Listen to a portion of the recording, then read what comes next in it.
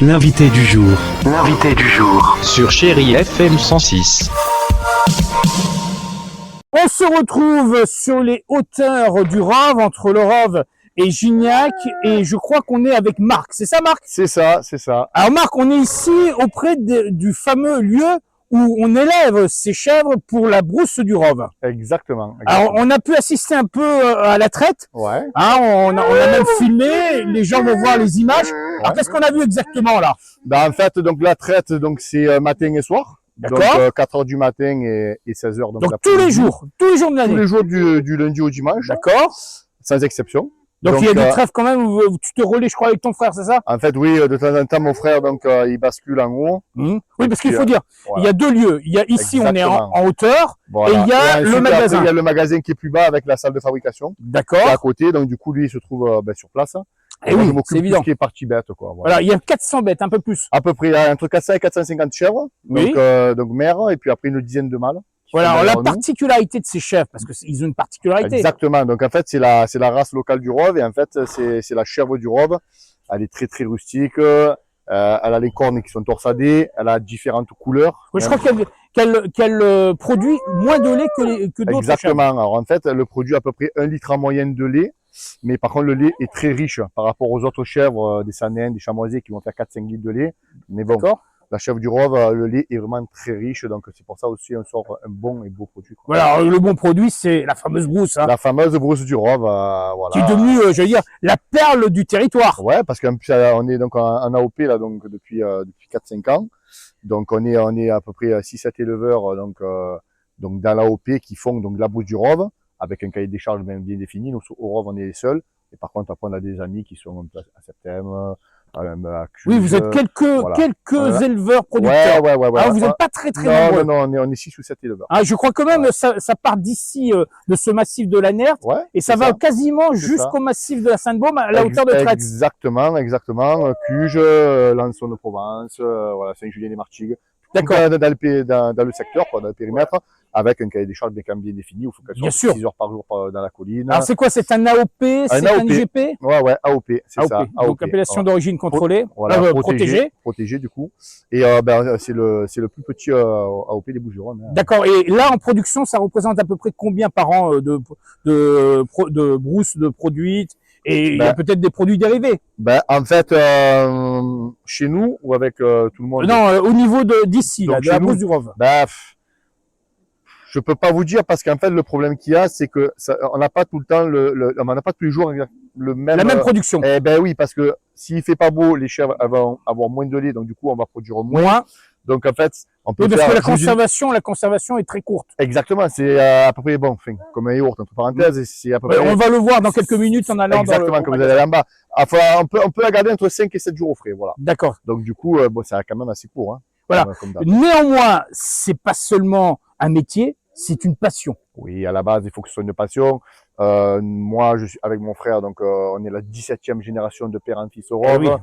Donc, si on regarde que le métier, c'est du lundi au dimanche, etc., etc. Donc, il y a pas mal aussi il y a des avantages et des inconvénients comme dans chaque métier. Mais le fait d'avoir des bêtes, il faut s'en occuper tous les jours. Donc, du coup, je pense qu'il faut aussi être passionné. Et moi, après, je suis passionné aussi de toute l'histoire de ma famille, voilà. Et de ce beau territoire. Franchement, exactement. On est à quelques kilomètres seulement de l'étang de Berre. C'est ça. Quelques kilomètres de Marseille. On est pas loin de Marseille. Il y a la Méditerranée, il y a l'étang de Berre. Ouais, c'est ça. On est vraiment c'est le paradis. Oui, on peut dire qu'on est au paradis. C'est un paradis. Alors, est-ce que ce paradis se visite? Est-ce que les gens, par exemple, qui nous regardent, qui nous entendent, qui visionnent la vidéo, est-ce qu'ils ont la possibilité de venir? Alors, en fait, on ne fait pas visite. On reçoit pas un gros de groupe. D'accord. Mais c'est dans le creux de notre tête. On va peut-être organiser un moment. Voilà, le développer peut-être par la suite parce qu'on a beaucoup de demandes. Et puis c'est vrai que c'est intéressant de faire découvrir notre métier, notre beau métier. Donc actuellement non, mais bon après les gens. Il y a beaucoup de gens qui me promènent dans les collines de Rove. Ils viennent à votre rencontre. Bien sûr, qui s'arrêtent, on discute, on échange. Alors ils viennent et ils participent à la traite. Oui, des fois je m'amuse à les faire un peu traire. Donc au début à la main. Oui. Bon, il n'y a rien qui sort. C'est sûr, il faut la mettre. Voilà. Et puis mais c'est bien après d'échanger et tout, on n'est pas fermé. Marc, merci en tout cas de toutes ces informations et peut-être à très bientôt.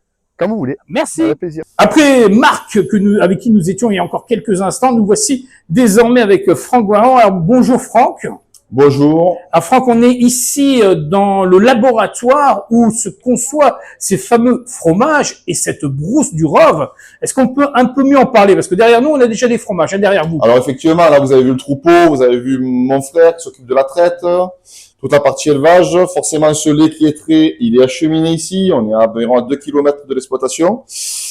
Et avec ce lait, qu'est-ce qu'on va faire? On va faire ces fromages, on va faire de la brousse du Rove, plus petite AOP trans.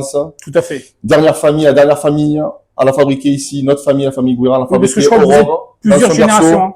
De père en fils, on se succède comme ceci, c'est générationnel chez nous. Je succède à mon père, qui succède lui-même à son père. Et puis on peut remonter comme ça, on est remonté jusqu'à les années 1400 comme ça.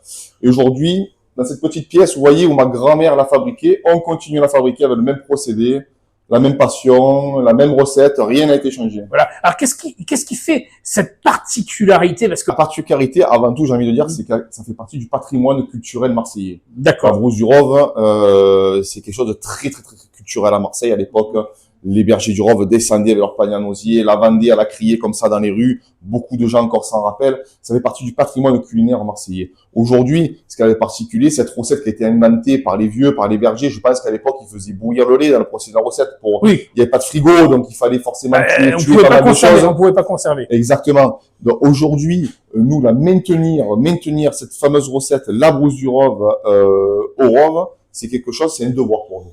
Après, effectivement, elle a apprécié des Marseillais, c'est quelque chose qui est rentré dans la conscience, dans le côté gustatif marseillais.